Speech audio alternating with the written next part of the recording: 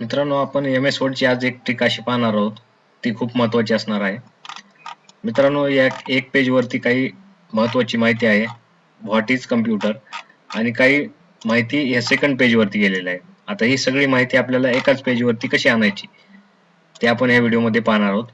तर काय करायचंय, क्विक ॲक्सेस टूलबारवरती ऑप्शनवरती क्लिक करायचं. कस्टमाइज क्विक ॲक्सेस टूलबार या ऑप्शनला क्लिक करून मोर कमांड्समधून इथं ऑल कमांड्स आणि इथं ऑप्शन चूज करायचे श्रिंक वन पेज.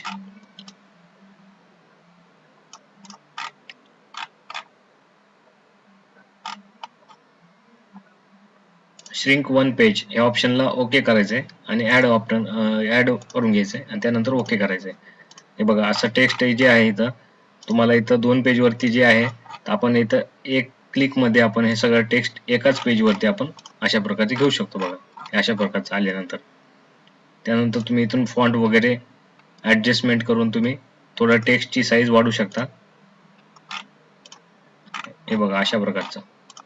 किंवा दुसरी जी स्टेप आहे, त्यासाठी काय करायचं, आपल्याला ही जी आहे याला थोडंसं आपल्याला वरती सरकून घ्यायचंय आणि याला खाली सरकून घ्यायचंय. असं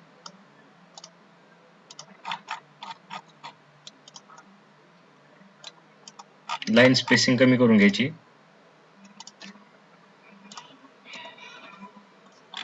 हे बघा, अशा प्रकारचा. अशा 2 प्रकारे तुम्ही एका पेज वरती टेक्स्ट सेट करू शकता. धन्यवाद.